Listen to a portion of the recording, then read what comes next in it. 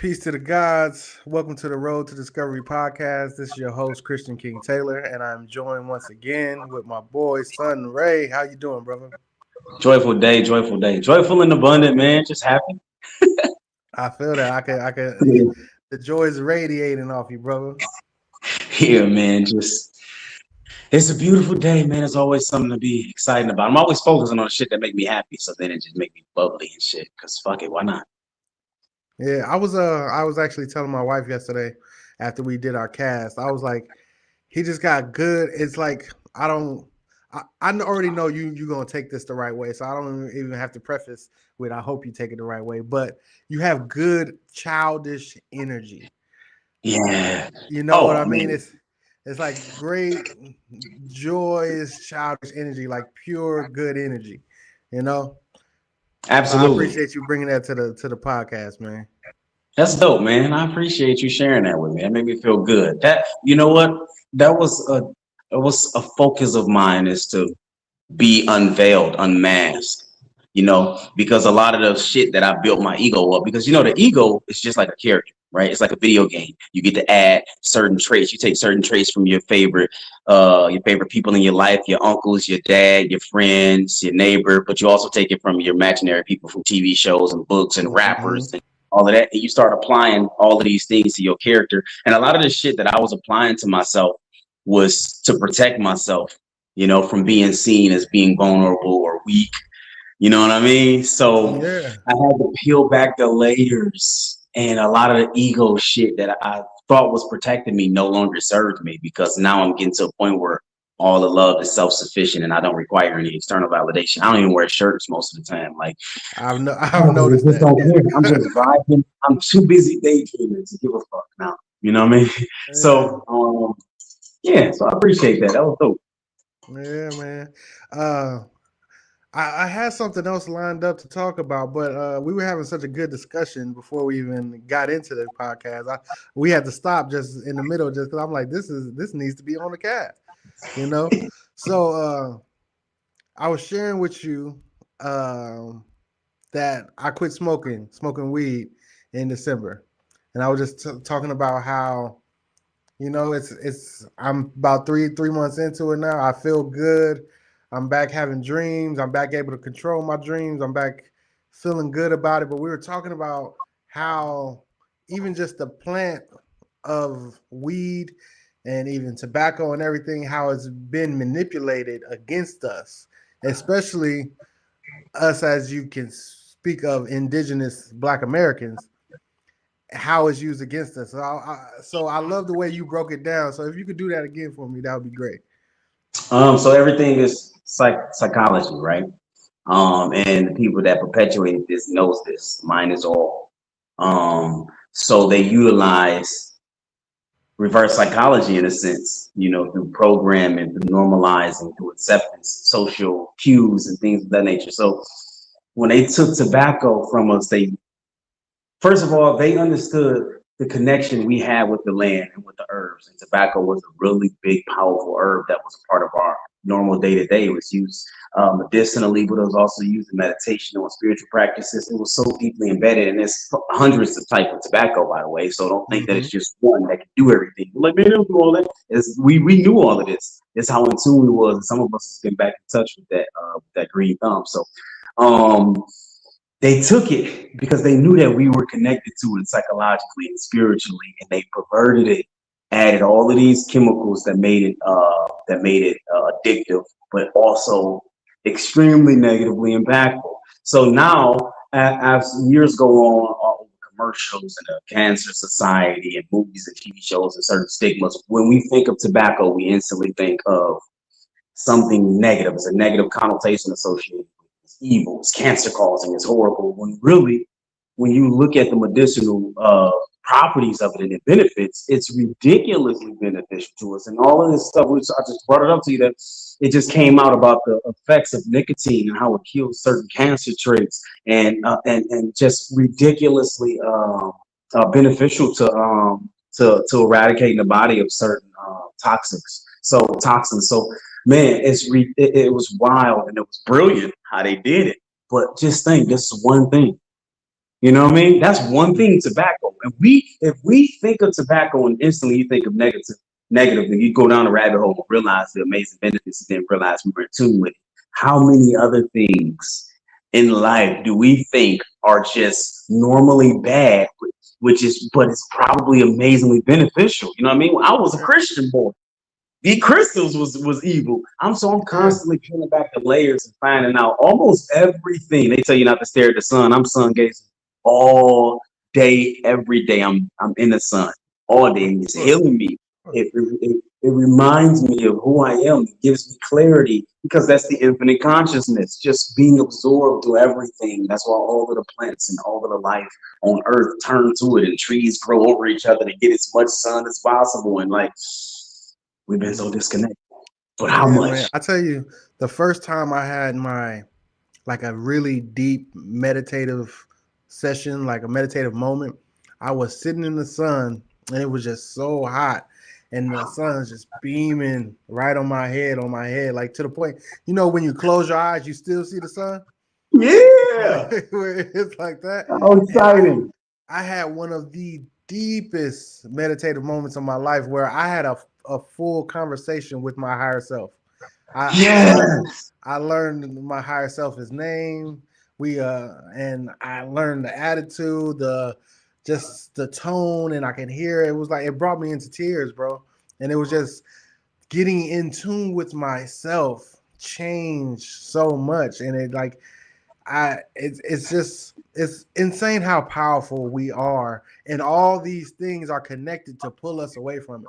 When just even like you're saying, like they want you to not look at the sun, like why not? Like, they don't. Glasses, hats. All of the rappers in the club, they even in the clubs at nighttime wearing sunglasses. Just laughing at us like, look how much we programming them. So think about how they're gonna do it when the sun is actually out. Hat and shade. Like, I'm not saying never take a break, because it's nice to cool down, regulate your temperature, and stay comfortable. But to act like it's negatively impactful to us when it's actually providing you with such nourishment. I mean, again, the psychology behind it is fucking brilliant, or wicked, I guess. You could look at it, but either way it goes. It could be one and the same. But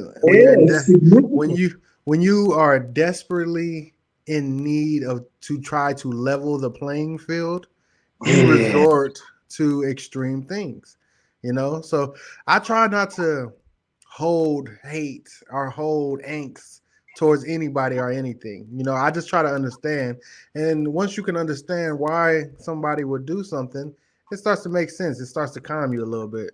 So like, even like you said with tobacco was a very prominent medicine used within indigenous Americans.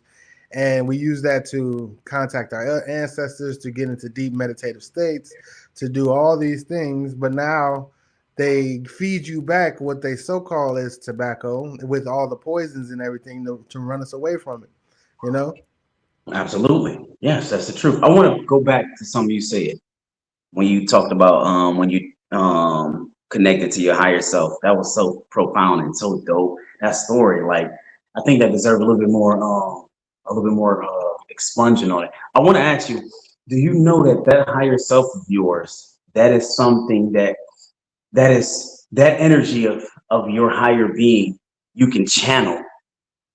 Yeah. And it can get to the point where when you're in a situation you don't know which direction, you just be like boom, and you instantly, like, you connect, and like, you know what I mean? And then he'll take over the driver's seat, and like, you'll become almost like a passenger watching, and it's like dope. Yeah. It's very similar to me. I feel like that's like kind of like my flow state, where I just exactly. When I get in the flow, I trust what I'm doing, and it's just going. And I don't have to control, I don't have to worry, I don't have to I can recall my first time I can consciously remember being in a flow state. And this was when I remember I was playing basketball, and I don't hoop regularly no more. But you know, I don't know about your experience, but we used to hoop every single day. Yeah, well, I was younger, for sure. We played ball every day, and I just remember one moment I was at the park, and I was just in such a flow where it didn't matter if somebody was guarding me. It didn't matter what was going on. I was jumping up, grabbing the ball with my right, switching it to the left, moving all. It was I was doing stuff I never have done before, but I was in such a beautiful state where it was just like I had zero fear and I had all confidence. And that's that moment stuck with me forever because it let me know how how great and connected I could be if I throw Mhm. all that doubt out the window. You know, Yeah. like everything we do is solely based on like that confident trust you have in yourself. And when you can get into those flow states, like I tell a lot of my clients, like we get in flow and in meditative states all the time, but we just don't really take recognition of it. Like when you're driving the car and you're like, oh shit, how'd I get home? Like I didn't even remember getting off the freeway. You were in a flow state. You was trusting yourself. You was doing what you had to do. You were in a meditative, beautiful space. Mhm. And we just have to like learn that, hey, I can tap into that. That's part of my power. That's part of what I can do. You know?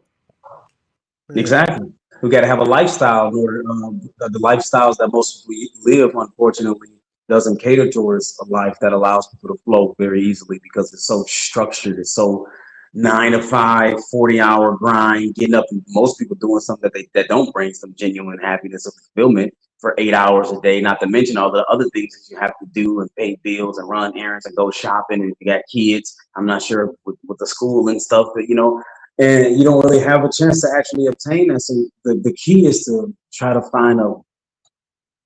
finally we don't try because trying creates resistance. I mean, and it happens. Hmm.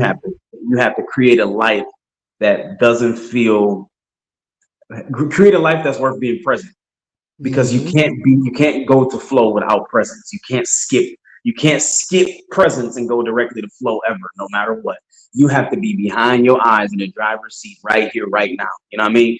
Hmm. And none else doesn't matter. None else exists. The future don't exist. It's always just an idea of something in the future that's not even that don't even exist. And the Hmm. past is just a social construct that only exists in our head right now that we were playing over and over again. Yeah. The only time it ever was is now. You be like, hey, what time is it? I'm gonna be like, now. And then Yeah. later on, you'll be like, what time is it now? I'm gonna be like, now. It's always here right now. Nothing else matters more than right now. Period. Time doesn't exist. It don't. It doesn't exist. It only exists as much as you are grow to be a slave of it. That's it. The belief or the concept behind the idea of time was created to help us um, categorize certain different frequencies, right? But everything is happening right here, right here, now, in the present moment, and it's just a giant, a big ass ball of agreement with this time that's keeping this construct here. If we all got rid of all clocks and all times and never gave that shit a thought ever, it will not affect our lives. Mm. It will Well, be profound. well, it will probably affect our lives for the better. Yeah. We would become so much more Well, freer. We would probably time wouldn't live affect so our much lives. Is what I'm longer. saying. Yeah, yeah. We Time wouldn't would. affect our lives. Like time wouldn't exist. It would just be more. Yeah, yeah, yeah. But yeah, it would be crazy. It'll be a whole Yeah. different life. It would be so much. We're them to be immortal. And here in this physical vessel, we'll be almost immortal. You know. And the thing is, we are immortal. If you even think about it, like how our souls transfer and all those things. Have you seen that clip of Prince when they were asking him about his age? He's like, Yeah, I stopped counting age a long time ago. He's yeah. like, Yeah. I don't that's celebrate why that's birthdays. how I look because I have no need to put a name on where I am in my life, you know? No Yeah, need to brand the moment of right now, you know? yeah. Because why? Because society programmed people to constantly check that and constantly gauge it like an accomplishment. You don't require no day to celebrate yourself. Well, I was born, so it's a celebration of me. I was born, but you was also born on a Wednesday. Are you gonna celebrate every Wednesday if they started that shit in movies next week? But that also gives you a reason to not celebrate today, because I'm gonna celebrate. Yeah, I'm gonna celebrate for my birthday. I can let me just focus and put my head down right now because yeah, I get a chance to celebrate on this one day throughout the year. yes. I get a chance to celebrate this one Christmas out of the Yeah, year I or want this to go that. and do this fun thing, but my birthday is 3 weeks from now. I might as well just wait I might as well just wait and do it for my birthday. and do it You for my know? birthday because today is just it's just today. When it's like you Yeah. worth celebrating every day. Anytime Yeah. you get that excitement behind you that gives you a little bit of energy when you think about doing that thing, that's already it. That's the proof. That's your highest excitement. That's I how you was get the watching flow. this documentary where these people were with like African tribe that is real, minimal, like a tribe where they do hunter gatherers, they do all that stuff, and they was like, don't you want to like start existing in the world so you can start, building more wealth and to do all these other things? And the guy was like, well, why would I want to build more wealth? They was like, well, you want to, have a nice house where you can feel comfortable and feel good. He was like, but I feel comfortable and good now. We wake up, we hunt, we gather, we find food, we gather the food, we put it together, and then we celebrate every night. So it's that same thing where what we're working on to do years in advance, they're experiencing that every single day. But we're hoping to get enough money so I can build me a compound and have my family around, and I hopefully can get enough money where I can just rest and retire and I don't have to do this every day. And I'm hoping to get enough money where my kids don't have to do this. And it's like we're working backwards.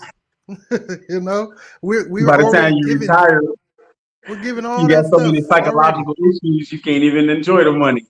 You can't even. And then by the time, like you said, by the time you retired, you already fucked up. Your kids Because we've fucked been up. Everybody programmed to fucked think up.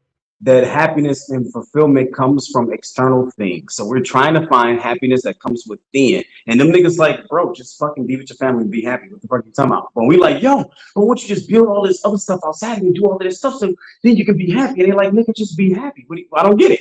So Yeah. we're programmed to think that happiness involves certain level of accomplishments or obtaining a certain level of status or wealth or relationship or property or people or traveling or anything that's anything outside of you. You know what I mean? And that is the loop. That's the paradox. We're stuck. You got niggas chasing, man. I got to get the bag. What the fuck you talking about? For what? So I can get all of the stuff I want. For what? So eventually I can, so I can just, chill back and just, relax. And for what? Nigga, I don't know. So I can just be happy. Boom. Nigga, There you just go. be happy now. Be that now. But That's it. also we're programmed to be so concerned about the color and size of the boxes we live in, of Mhm. the of the transportation we're taking. Like it's all a box at the end of the day. But we love comparing and letting these exterior things enhance the value of ourselves when in actuality a box is a box. You in a box right now. I'm in a box right now. We Yeah. making the best out of our boxes. That's it. Like that's crazy when you think about it. Ain't nothing but a box that you just sleep in I don't know. I guess to protect you Yeah, from weather. yeah. Huh. And it's just about access and then validity to hope that somebody can see the value that you might see in yourself. You're just hoping to prove that you're worth exactly what you think you're worth. Well, you When in tie your act worth to your success, exactly. and you say, "Hey, look at my success. I'm worthy." I'm worthy. And when When really actually we your should have worth should have had that from the beginning. from the beginning, because your worth is about not what you've done or what you accomplished, but it's about who you are. I'm worth it because of who I am. That's it. Yeah. Period. Nothing else matters. Period. Not And then even when it your start opinion. imagine if we start seeing each other like that. And then imagine if we start seeing ourselves like that, to the How the point world would be where so better. we have that value when we walk in it. That's how you can tell that our community has been attacked so much, because how much we try to show that my value exists. That's how you can tell how much we've been Ooh. devalued by how much we work and grind to show how much our value exists. Like, even how they like to talk about, like, oh, you can take a dude from the projects, he makes some money, he got him a Phantom, but a white collar dude that make $1 million, he got him a Ford Taurus, and that's because he was already instilled that he had value from the beginning. Mhm. There has not been entities trying to take his value every step of the way. But we're force fed so much devaluing material, telling us we're slaves, we're thugs, we're gangsters, we're stupid, we're loud, we're all these things, where we're just trying to prove that I'm different. Well, how many other communities you see code switching? You know, Almost none. Almost if none. if I'm a Pakistani, I walk in there talking Pakistan. I can't hide it. You know what it is. Yeah. It's like everybody. You're ashamed. That's not even a thing. But we're just so And much trying to certain. exist Yeah. without being crucified for our existence, that we're forced to have to mold and things. I was watching this thing where Loretta Devine was like, "Black people act all that we've been acting since birth.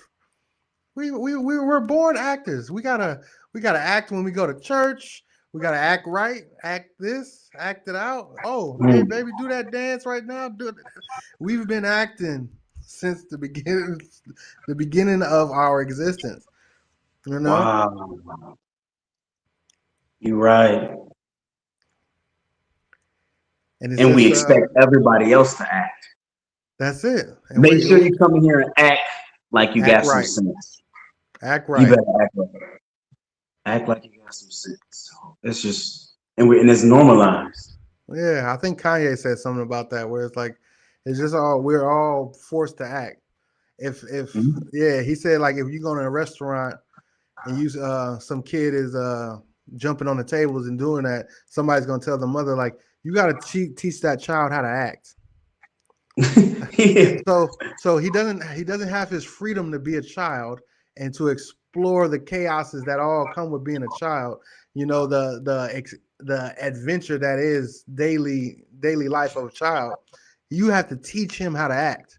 So by the time we get older, we're already conformed into this show that we in, into this circus Mm. that we're built in, so that we know how to act. That coffee table was a fun adventure item at first, and it was turned into a business structure that was unattainable, untouchable. So how many other coffee tables have we had in our life that we just dumb down ourselves, dumb down our imagination for logic? We we dumb down everything. We slow down. We Even if you look at music, we simplify music so it can be a hit. We simplify our the way we rap and we sing so it can be, The same. well versed, and so it can be accepted in all communities, so it can, and cross the color line, as they used to say. We have to Mm. we change we've adjusted everything because they've turned our very existence into evil and poison and messed up and all these things. It's Shame. a shame. Dang, I We wonder. ashamed to be ourselves. That's why we perform in certain areas. When we around people that's productive and powerful looking, we ashamed to talk how we talk sometimes. So then we code switch. Or when Mhm. we around certain people, I want to stun on them because I want them to think that I'm better than I actually am. I want them to think that I have money that is expandable. That makes me feel good about myself. Knowing this person thinks that I have money that's expandable. So I'm gonna buy a fucking I'm gonna buy an expensive ride and throw some 24s on that mug, and I'm gonna be going home to that raggedy hole in the wall. But while I'm out, the fact that y'all think that I'm better than what I am is good enough for me. How sad, how dreadful. Like my pops, he still live on the same street in Compton I was raised on, right? And when I was younger, there was these older dudes. They used to hustle and do everything, and they wouldn't been doing that since I was a kid. Like they always had the new whatever came out. When the Chargers came out, they had the Chargers. When the Magnum was out, they had the Magnum. And at a certain point, I didn't even know where these dudes lived no more. But I would know they would always be back riding by in the newest thing, in the prettiest thing coming down the street, just bumping and waving and talking and hopping out, playing the music, dancing, and one day I was just thinking, I was like, why do they always come back here? It was like, I know they got a new place and new friendships and new all types of stuff. Like, why is it that they always end up coming down the street? But we're addicted to that feeling. Where I found myself when I was younger, like being addicted to that feeling of like, as soon as I feel myself coming around that corner, I start the song over. I turn it up, I turn it up. I roll the windows down. I'm waving out the window, and it's like it's a high that comes over you once you feel like, and I don't think it comes from a evil place or like I'm really trying to stunt on you place. It's just like I want to let y'all know that I'm not chained anymore. The the dopamine you get from feeling worthy in that moment. Mm-hmm. And you can give yourself that feeling if you feel worthy in every moment. That's the key. Everybody is looking at me like I made a certain status. And my whole point of growing up was to think to myself, I'm pointing at him, I want to be like that one day. So the whole point was about looking like I made it or looking like I'm successful. It's embedded in us through everything. You know what I mean? Move all they doing is showing me I got money. I got so much money that's expanded. Why I'm gonna hold it and just play with it and throw it in the air type Yeah. shit. That's all you're trying to prove your worth through the money you accumulated. Like we're taking pictures with money phones, knowing damn well you had to go to the bank to get all that cash out just to show it. When in actuality, you could have used your card to buy Even if whatever you you needed. did though. Even if you have $1 million sitting in the bank right now and you had that dropped off on your porch, then what? It doesn't change. What about it? Okay, you got expandable money. What about it? Where's your consciousness? Do you know who you are? Are you actually happy? Are you fulfilled every day? Do you feel present behind your eyes? Are you happy? Do you feel worthy? If your money was taken away, would you still feel worthy? So that's the shit that really matters. So that feeling is not a bad feeling at all. We just want to feel worthy. And if we knew that no matter what, don't shit around you change your worthiness and you can become into that state. You can be at the park with nothing going on, with $100 in your account, just barely making it, and you can be so present, so happy, so joyful, so healthy, so in the moment that you create that same feeling of blissfulness, of worthiness. You know what I mean? And Yeah. and the thing is, they tell us that because it's well known. Every celebrity tells us how fame ain't what it is. How they killing themselves, they're depressed, they're all these Diddy other things. parties. All they tell us all the time how bad it is, but we still scratch and work to try to just get a piece of it. When in actuality, they're always looking for the piece that we have. Like during this like past couple months, J. Cole has released his album, right? And I'm not sure if you listen to him, but through the album, he's really focusing and speaking so much about, oh, this is who I was, this is where I came from, this is who I'm connected to, this is and it's so much of just about what it was, to the point where this man drove around the whole country in like a 2002 Honda Accord just to show that he's still in tune with who he was, and he's hopping out the car and doing all these things, and it's like, damn, where's the power? Do we see the power in what we are already? You know, Mm-hmm. in the Exactly. communities that we come from already. You know, and Because people, they want your opinion of them to be high.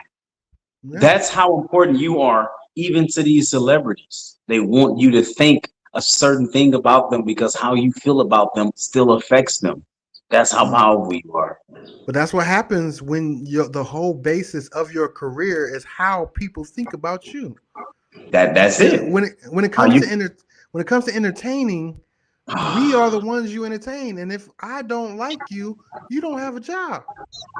that sucks. You can't even be That yourself, dude. You got you to can't, interview how your character and is treated. that's how we see the rise and fall of all our favorite artists. Because that's why it always feels like when an artist first came out, they got their best album or they got their best work, because it's like they're just being them. But at a certain Yeah, point, when you start to fit into the algorithm of how they need to present you and what you need to do, even if you don't have outside sources telling you you have to do this, you have to do that, all the voices you hear constantly are the gonna energy. shift how you move. Yeah, You the know, energy period. You you could you have have millions of people falling in love with a certain persona. No matter what, that's going to impact your experience and almost force you into a certain box that wouldn't otherwise be there. you could like you could be yourself to this point how you are, walk the same way your whole life. Let 13 people comment on how they feel you walk. Even if they can say, "Oh, he got a sexy walk like Denzel," or "He got a weird little walk."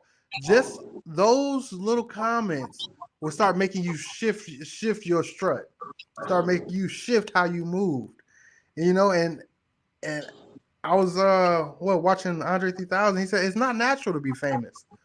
It's not natural to have all this put upon you, because it's hard to exist under that type of microscope. You know, it's hard to be genuine.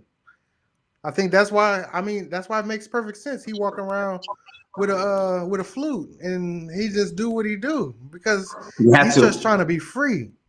Hmm. You know. That's his. That's his version of being free, just doing whatever brings me. And it might look a little weird for people, but I get it. And I just thought about it. They can't even think about it. A lot of these people be famous for 15, 20 years, 30 years.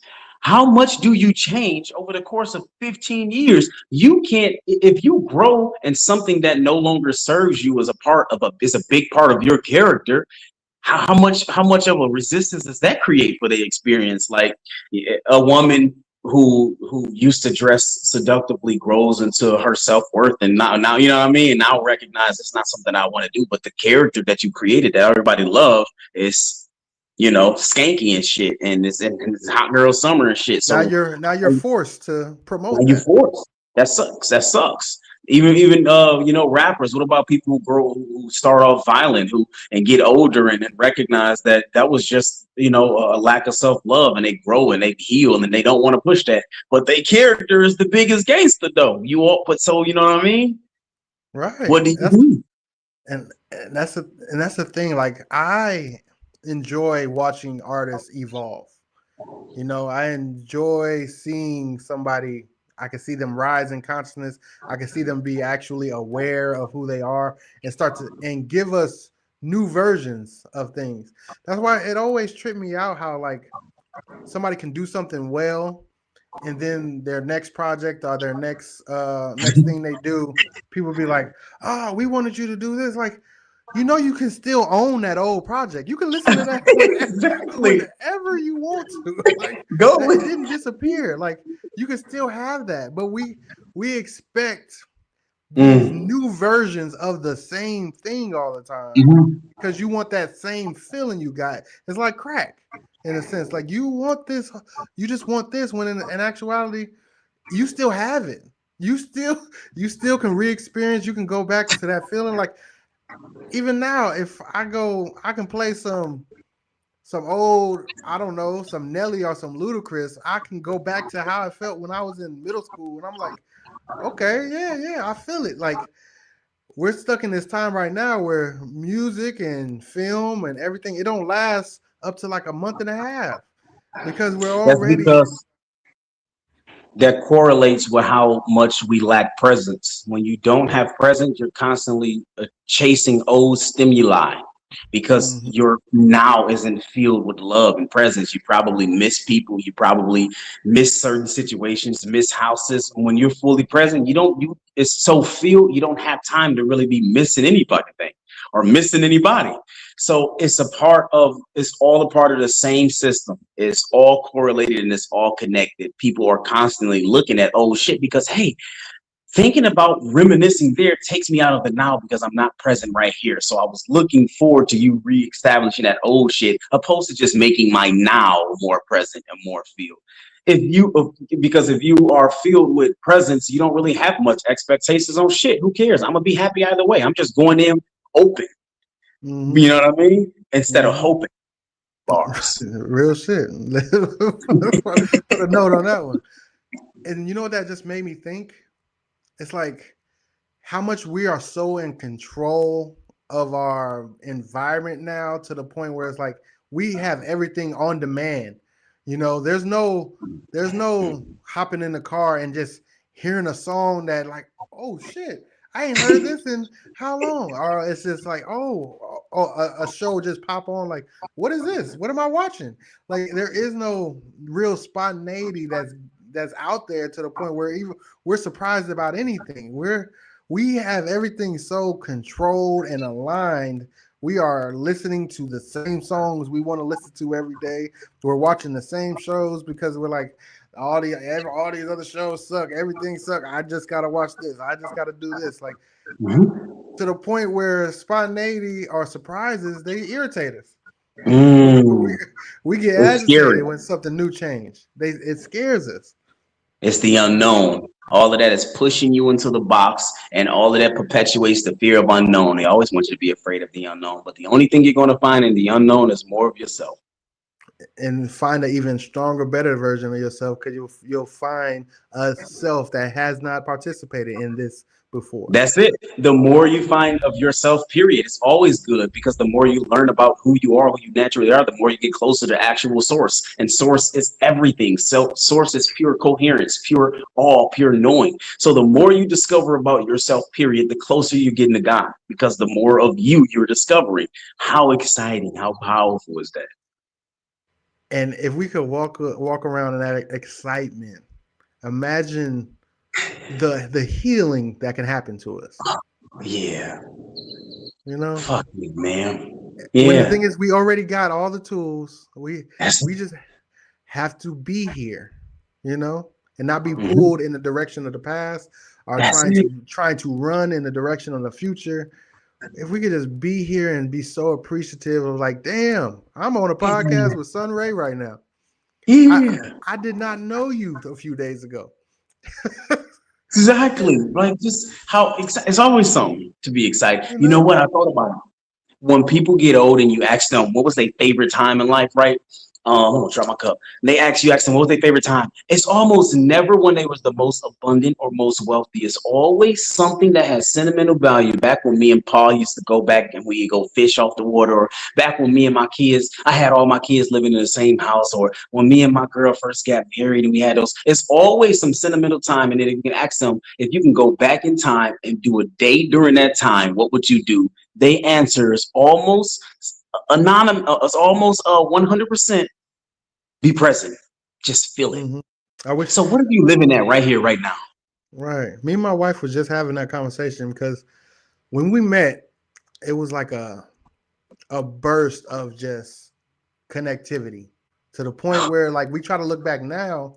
I can remember kind of like spots and circumstances of that first meeting, but I can't remember what we talked about. I can't remember what was going on or like how we got so connected so fast. It was just like it just happened and we haven't been apart since. But it's like imagine if I was present. Like even like if I was to write a movie about my life now, it would already be a lie because I would have to make up some shit. You know? Because I'm like, I got to start making up some shit. But it's like, it's I. That's why I really appreciate your energy. Going back to what I was saying earlier, like you are very much in the now, and just what I've just the short spans of us talking and doing this thing, like I've just noticed that you are in the present so much. Oh man. Like even how you said like you had went out the house without the phone and you forgot forgot all about it because you was there. You know, I Oh can't man. blame you. You were where you were, and who is it for me to pull you away from whatever you're involved in, no matter what it is, to say, oh no, you made commitments to me, you need to do this or I'm gonna have a problem. You know, that's Yeah, I appreciate that, man. I and appreciate the converse. that's the greediness and selfishness they teach us to live in, where it's like, Mm. don't waste my time, don't do this. Time can't be wasted. It's not possible. You They don't know, even exist. you're Can't alive, waste right? something that don't exist. Can't We're waste here. something that don't exist, or It's something still that's now. something that's abundant. It was now when it was now when you first started, and right now it's still now. Right. That's why it's like even in my practice, I try to be like so flexible with people. I have people who, cancel last minute or will be like, "Oh, can we reschedule for this?" I'll be like, "Yeah, no problem. If I can, I will." Because I'm not here to hold you on no leash to tell you that you owe me this or you need to do this at this time. To nah, I am an advocate of freedom in all its forms, and that's what I want to exude, because there's when you got freedom, happiness is a byproduct. Um, It's like, it comes. it's a lot of energy tied up in not being free. That's why they call it free time. Got any free time? If it's free time, what's the other time? There you go. They on slave time and don't even know it. How crazy is that? Yeah. That's wild. Uh But See, we didn't people we that's didn't present. uh we didn't talk for 40 minutes and we didn't even get to what we're talking about. But uh before we go, I wanted to I wanted to tap into your mindset real quick and see what your thoughts were. You delved a little bit in talking about like the Epstein lists and the current events of what's going on and now. On a spiritual level, in a form of spiritual warfare and what's going on, how would you describe with what's happening with these letters and the World War III that we're in and all that's going on a spiritual level? What how do you dissect that? On a spiritual level, this is beautiful. This is amazing because just because everything is becoming more aware and more conscious of what's happening, that doesn't mean it wasn't happening. It was actually happening at a more rapid rate in the past. So the fact that we're bringing light to this shows that we're at a catalyst time. We're at a time. We're at a time where the consciousness is rising and timelines are splitting. So right now is very, very, very important, very pivotal for people to go inside and get in tune and remember who they are and get connected with the divine, get connected with their higher self, get grounded, get under the sun gaze, sunbathe, put your feet in some grass, become one with nature so you can start remembering again and start remembering your dreams and start piecing everything together. Because during this split, the energy is it's almost like a vortex, right? And we're all going to step into dramatically different timelines, and depending on where you are right here in the inside depends on which one you shoot off to, because you have to shoot off to one after this Yeah. whole big thing. Something is going to happen and it's just bubbling up, and it can be an amazing experience, which I'm so excited to be a part of. See you there. You know what I'm Yeah. saying? See you there. I Yeah. know you'll be there Yeah. because I'm the gonna be more we there. find out that the Rome is breaking, Rome is crumbling again. It's very, very similar to past events. It's almost like the seasons, right? It's a change in energetic frequency from Yeah. light to dark, right? From high to low, and the resonance change as well, and it manifests. So it was going back and forth. That's why Tartaria was suppressed after they took over, and then we're going back into the new one. And then after, before Tartaria, it was another. It was just like what we're getting out of now. Took over, and then before that, it was Atlantis, and then you know what I mean. It's always civilizations building down. Everybody remembering, and we have those years of light, and we're heading into that light right now.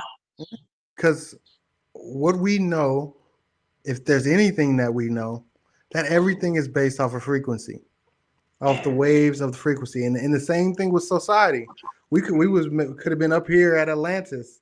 Then we moved down to Tartaria, and then we moved down to Kemet, moved down to the Mesoamerica and all these other things. Yeah. Moved down. Now we're down. We was down in where We're down. at. And then we thought we was moving up. We're like, oh, we got the Industrial Revolution going on, and we've got the Harlem Renaissance, and we got all these. We're just moving up. Now we're moving up to this point where it don't look the same like it looked before. It's not, but we have remembrance of those coinciding frequencies of these high places. So it's like we're just moving back up, and that's it. And it's funny because when I used to work in the corporate world day to day, like all this stuff would be going on. I'm like, it's a beautiful time we in right now, ain't it? Like, look at how much we can see now. Look at it's like you know, if you in a dark room and somebody turn on the lights, there's gonna be some people that's gonna be like, turn that shit off. It's too bright or whatever, and not truly be grateful for how much they can see now.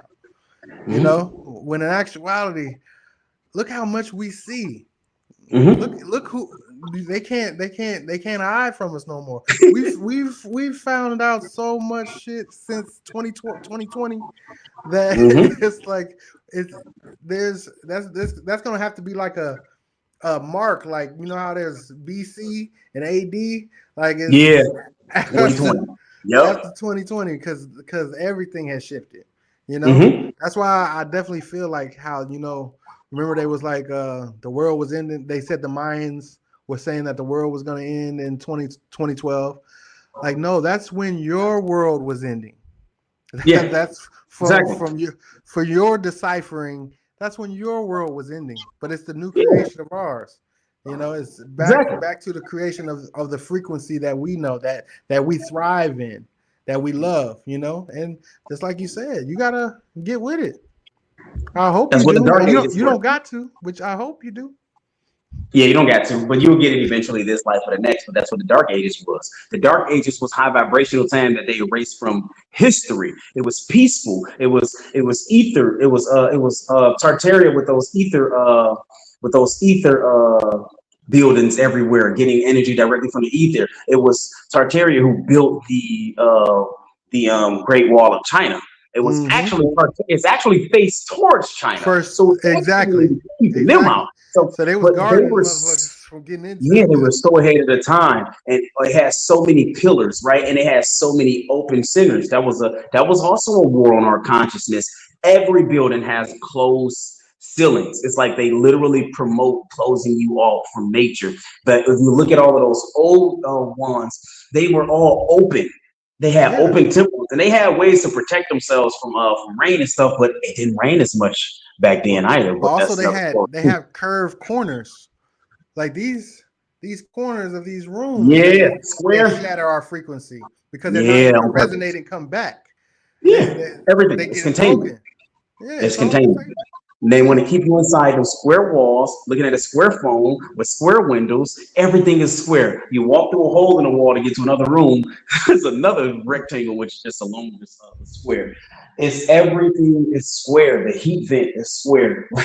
Your paper that you write on is square. The computer screen is square. They did the whole shit on purpose in order to keep our minds out. That's why it's so important to get out, get movement, be out in nature where your energy is open, where you're outside, and not in the fucking car running errands, just going inside of a building. I'm talking about being outside, because the car still has squares in it to keep you square.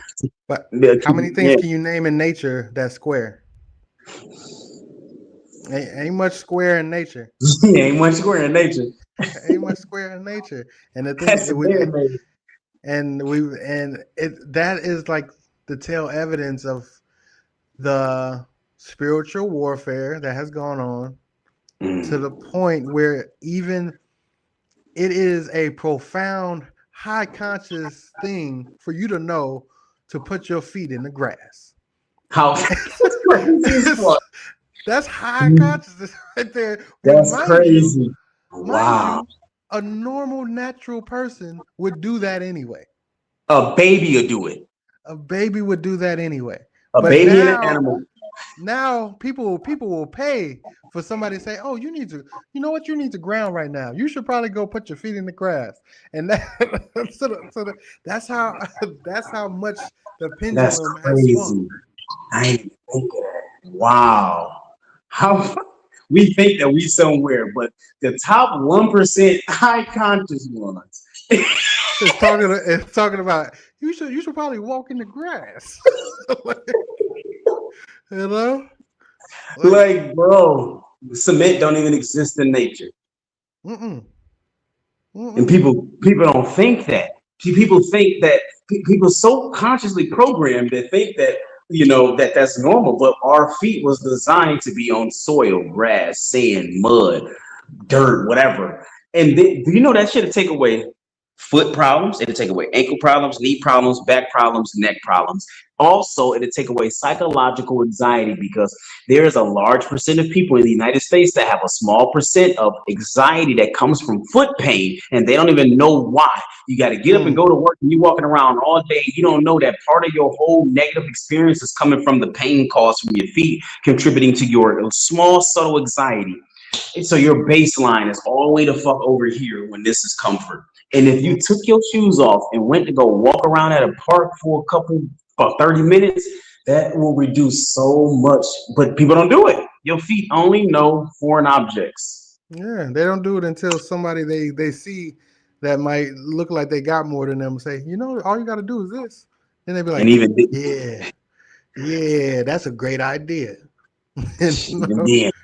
Even then, it's hard to get people to put their feet in grass. How crazy is that? You know what's funny? I remember being in school and them telling me, "Oh, you never want to put your bare feet in the grass because tapeworms were able to go through the bottom of your feet and into your body, and so you should always wear some type of foot protection."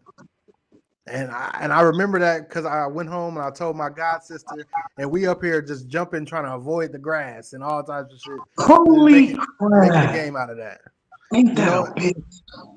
And I don't know how many people also heard that, but it's like that was something I heard as a child, and it stuck with me for a while to the point I didn't forget the information. It's gonna stick with you because you don't talk about it nowhere else. This is why I'm a big advocate for homeschooling. By the way, I homeschool my kid.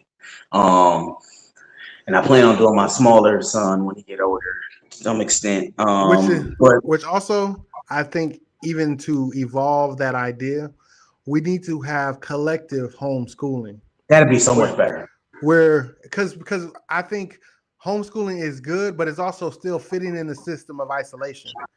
Absolutely, man. To the point where you still grow fearful and all these things of your peers and all that, because the best thing about school is the community it builds, the friends you make, the moments you have. I mean, that's the only good thing, really. It ain't nothing good else about it. The food shitty, the curriculum shitty, external validation through grades, your golden stars, being judged, waking up every day unnaturally, being teased from people because it's programmed for everybody to be teased. You can't be yourself, can't be authentic. It's so much negatively impactful to the psycho mind. Over 92% of Americans suffer from long-term psychological issues from public schooling, and they don't even know it because we don't talk about it. When I talked about it on my platform, I got banned. When I go into depth about it, I get banned. I'm on my 4th TikTok account. I'm on my 3rd Instagram account. They don't like the truth, but the truth is there. People don't think about it. First of all, getting up, you're creating anxiety, you're creating stress. It's dread. They're literally, some kids, not all of them, some kids dread getting up. You're taking away their natural circadian rhythm. Don't you understand that kids require more sleep than us? So some of them going to sleep about 10 hours, and that's okay. If you would have let them go to sleep at 9 and they woke up naturally with nothing else, some of them will sleep in to like 9. or 8. They're not waking up at 6 o'clock every morning, going to do something, and then they're sitting next to their best friend, and you're told you can't talk to them. What does that do for the psychological psyche over and over again? Freedom. And then the whole time is you have to do something to cater to this external, to the external appraisal of a teacher. So the entire time you're proving to them, even if you solve a problem right, but didn't use my formula, you're wrong. What does that do to the mind? It makes it unsafe to be creative. It makes it unsafe to problem solve and think critically. So then you start thinking like everybody else. It's all so jacked. It's also jacked to create robots with unfulfilled lives. You know what I mean? Chasing being adored. Because the whole time they teach you about prominent people, they teach you about being successful and making a living. The whole time it's not even about being happy. It's about looking successful to other people. And then we look back and how much stuff can we remember that we learned from school?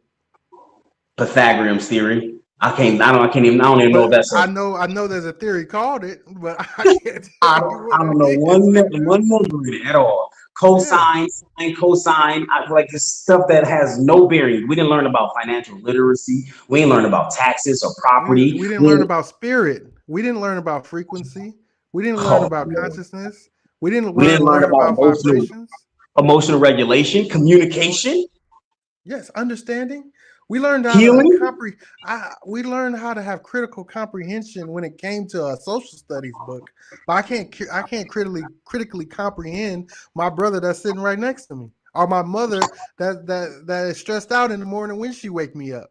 I can't critically comprehend anything around me. You know. That's wild, but it runs so deep. If people realize this, I think a lot of people feel like they have they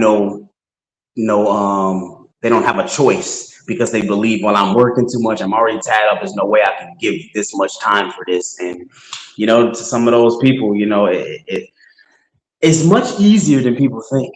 We think that these people went to school, so they to start learning with these kids right here at the beginning and to create a little structure is so much easier than you think, and it doesn't require 6 or 8 hours like school. It only requires a couple hours, bro.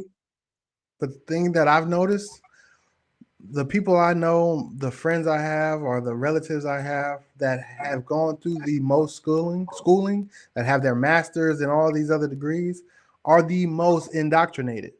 That's what it is. Are the hardest people to convince that it's okay to go put your feet in the grass. But that's one of the same. School is indoctrination, so they had indoctrination much longer than most people.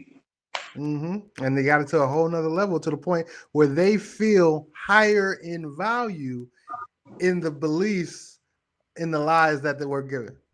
So because they were taught that their value was based on what they earn, and they earn. Yeah. So what is that when a man is so high when he stands on a pile of shit? What does that still give that man power? It's all in the mind. It's perverted. It's almost perverted pride, because it's not really self-love. It's not self-acceptance. You're saying my value is tied to this, therefore I matter, I'm worthy. But no matter what, you're still tying your value outside of you, so it's still so fragile. And it's still in the back of your mind. You're thinking, if some reason something happens to this, you mean nothing. So you have to protect that image as much as possible. And that's why they react the way that they react. Yeah, because it's not based on who they are. If you have to protect it, because you got to be like, I did that for something. I spent hundreds of $1,000s for something. I can't let you make everything that I've gone through and what I've built just fall apart. And I've given all myself to it. Oh, that's so deep. Because it's deeper. And they're afraid to lose it, because then it's like, I've done everything for nothing. But if you realize that none of that shit matters, nothing matters, period, other than your state of being, to be honest. Yeah. So once you've realized that, you'll be so happy, but you have to entertain the idea of giving up everything you worked so hard for. And those people ain't ready for that. And that's why it's a lot harder to leave the so-called matrix, because I've already invested in it. Yeah. This is what I've used to build myself. to have this security, I can't just throw that away. So that's why. Allegorically, that's the exact same thing allegorically when Jesus said a rich man, it'll be hard for a rich man to inherit the kingdom of God because these billionaires, think of it, the entire time, how afraid are you of losing when you obtain so much? You go out with your friends and family, the biggest rush of dopamine is you going in the corner and reaching and figuring out another deal real quick with a text message. Like, it's Mhm. scary. I looked it up and I did a deep research. Less than 2% of billionaires are actually fulfilled and happy. Mm. Yet, a lot of what do most people wish that they were a billionaire? Why would you want that burden when you can be free? And the funny thing, you think about that, it's probably like what, 14,000 billionaires or something like It that in the blew my, world. That it's, means that's only like 207 people. that's why it blew my mind. But I mean, they're stressed. You can buy anything you want, but you're so stressed. Most of them work 6, 7 days a week. And the decisions that they make on a daily basis can negatively impact their empire. So they're so afraid they're losing, they're being strategic. And then you got other people around you trying to take what you amass, trying to manipulate. You got to worry about if your friends is your friends, if your new business, it's not even, man, it sucks. It sucks. It took me a long time to realize that. And the crazy part about it is they program the masses to want what they have, yet they only program you because they're not happy within themselves. If they was happy, they wouldn't be fucking programming anybody else on how to think. They would just be. But the only thing that'll make them feel better if they can get you to start running with their ways of thinking, so they don't feel so alone. And So, then afterwards, they're still not complete because they still it's like a never-ending cycle. It's like that sex addict. No matter how many girls he get, that nigga's still gonna be chasing more girls because you're searching for something that can only be fulfilled within without. yep, yep, Same thing. Same yep. thing. Yeah. But that's the addiction that has been lined in everything that we have. We got to be addicted to everything. I got to be addicted to the hustle. Got to be addicted to this because the simple fact is, when is enough? When is enough When enough? is enough? You know, Yeah, wow. When is enough enough?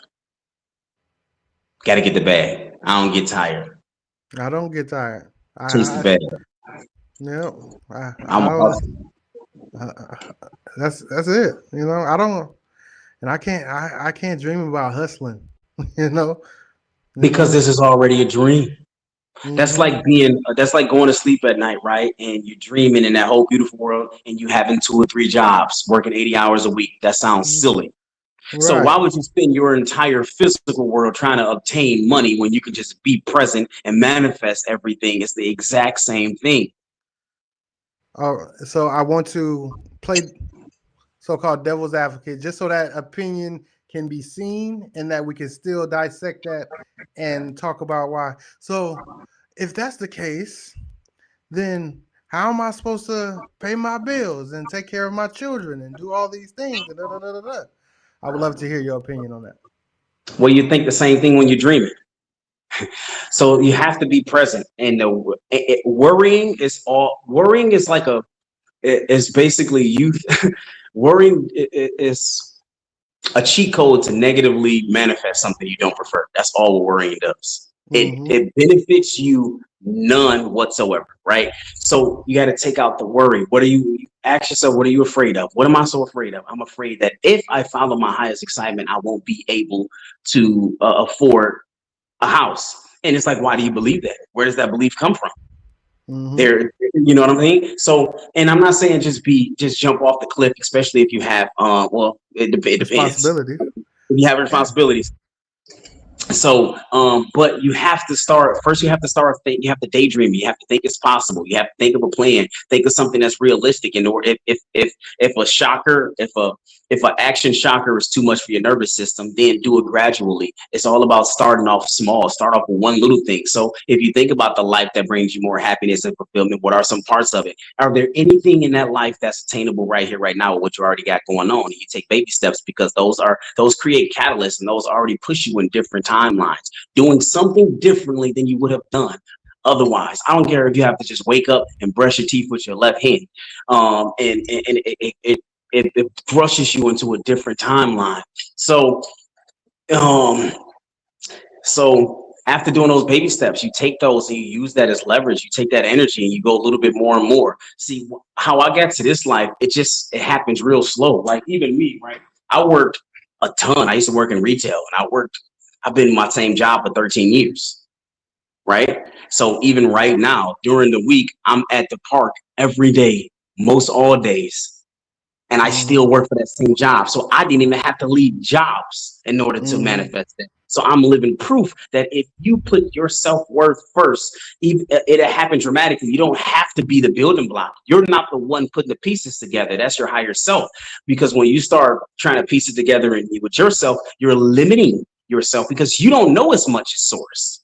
You're only going based off your little limitation that you live through this physical experience. So stop worrying about how it's going to happen and just know that it's going to happen. There we go. And if I can even kind of sum or give my version of that, start prioritizing what you're doing all that for. You're doing that to spend the time with your kids, to spend the time and do the things you like to do. So do the things you like to do. Because if all of us think back, I didn't realize I was broke as I was when I was a kid. You know, we like to exactly. We want to give. That's so true. We want to give these lives to our children when it's like, oh, I want my children wearing Jordans and all this. They just gonna fuck them up because they like to play. They're not gonna prioritize how good these shoes look because I rather prioritize how fast I can run.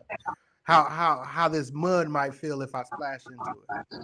So it's like we're creating burdens that don't even exist just so that we can have the motivation to move farther away from the people we love, from the moments we need, from the time we love. You know, so it's like I know you want to have all this stuff and you want to have these big houses so people can have space and all these things, but if not most of the people, if you look back at your memory, some of the best time was when you were sleeping at grandma's house, all of y'all all your cousins on the floor, and y'all laughing and having the best time. Because we weren't programmed to put our value in outside things so much yet. We were still pure. Start shifting that mind to when you was a child, when you just wanted to have fun and be happy. You know? You wanted to explore who you were. How high can I jump today? Can I hop this fence? Can I beat my cousin in a race today? Can I do this? The video game. And just the little joys to the point where we got to stop minimizing these little joys so much to the point where even the big joys don't matter no more either. You know? And it's like and I'm not saying that it's easy. It's not easy, but in fact, the movement that has to be made is easy, but the shift your mind has to make to start to love the moment and love the now and love the people around you is difficult because we're attacked so much. We're attacked so much, taking away our value, taking away this and that, telling ourselves, oh, if your kid ain't got this, then what kind of parent are you? If your kid's not in these schools, then they're not going to get educated. And what kind of parent are you? You know, if you live in this area, it's dangerous. Then what? I was raised in a dangerous neighborhood my whole life, and it was so fun. it was stuff happened. I think they tell us those neighborhoods are more dangerous than they are, and I think a lot of those unsolved crimes are done by them too. And I do also think a lot of shit is blown out of proportion. But to go back to the kids, when we're talking about the kids, I realize that your breath is everything, and whoever you share the breath with, you share consciousness with. That's why your crew and who you're around is so important. But your kids, no matter what you do, no matter what school you send them to, no matter what you teach them, they will absorb your consciousness. So the best thing you could do as a parent, 100%, no bullshit, is to work on yourself and make you your most happiest version, because your kids will absorb the self-love. If you send them to the best schools, you instill discipline, you try to make them love people and make them and try to force force them, they still gonna turn out like you. Mm-hmm. So we have to realize that they absorb our consciousness, not what we teach them. Mm-hmm. And most kids come out the womb looking up to us, looking up to their parents and admiring who we are. So imagine if you start admiring who you are too. Then they admire themselves. There we go. When they get And older, they're gonna admire who they are. What type of adult might that create? Oh man. You know, what type, and if you make it even bigger, what type of civilization might that create? You know, because the thing is, even if you like broke it down to the point where it's like, all right, everybody is saying, fuck it, I'm not gonna do this shit to chase wealth no more. I just want to have this, have that. Then we're gonna come to each other, like we was talking about last time, and we're gonna start communicating together. Then we're gonna inherently build these compounds that we all are trying to work so hard to get now. You know, because we all gonna have to put ourselves together and be like, oh, well, we need to be in close access to these people. So let's just build our neighborhoods around here. Let's just put our little funds together and just try to get this little thing we can do. And let's just let her grow these crops right here because I can grow this over here. Let them sew these shirts because they know how to sew and I know how to paint. So I'm gonna be able to paint these things and they're gonna be able to do this. I'm gonna have to communicate and be in community, you know, so we can't always be so afraid of losing all these things we have, because the thing is, a lot of times us losing things gives us so much room to gain what we need. You know, I gotta empty out the backpack to put in what I really need. It does. You know, I gotta People don't know out some things, you know. A lot of people don't know that basic concept that things in your life takes up energetic space. If you got a best friend, which is a situationship, and you hoping that you're gonna find something else, it ain't gonna happen because that is taking up too much space in your life. I Tying never up your thought about energy. that. I never Same thought thing will about that. work. Same thing will work. If you are let me just give you a small example. My mama had a job and she was stressing her out. She told me he was giving her so much anxiety. She said, Mom, I'm gonna just go ahead and let this go. She had her husband at the time was still working. He works now. But as soon as she quit, the next week, a lady called her, a lady that she knew back in the day with some work from home job. It was just the weirdest thing. And she just told me her whole experience. But I was like, it was just so, if she would have stayed at a job and allowed that to still take up space, it wouldn't have opened up space for something like that to happen. This is on every level possible. Whatever is taking up your attention is taking up that part of your life. And if it's not serving you, you have to be willing and able to let it go and detach. Detachment is beautiful, not in a way that you just don't give a fuck about nothing, but in a way that no matter what happens, I am going to choose my state of mind. I'm going to choose it consciously on how I want to feel and how I want to be, regardless of what happens around me. That's the mark of true change. Right. And I'm a metaphorical type of person, so I like to wrap stuff up in metaphors, you know. But so imagine you're a mother bird with chicks in a high nest in a tree. As a chick, the only proof that you have that you can fly is that your parent can fly. So just try to imagine how scary that is to walk out of that nest for the first time, not knowing you can do what is naturally capable of you doing anyway. So sometimes you have to believe you can fly before you know you can. That's deep. You know, it's just and that's the scariest part. It's scary, but we have to see our value before it's given to us. Yeah. We gotta know what we are before we prove what we are. Yeah. You know our value. Don't be told what your value is. Know it. Yeah. And know that value has no number against it. As soon as you put a number, you're already minimizing it. Is it? It's up. You're limiting yourself. Putting yourself in a box. You're already limiting yourself because you're erasing all the capabilities that you might have. It might be all the possibilities. Yeah, you're cursing yourself. Basically. With a box. Basically. But yeah. But I think that's a good note to end on, man. It was It was great today. I hope whoever watches this, I hope they enjoyed this time as much as I enjoyed talking to you, brother.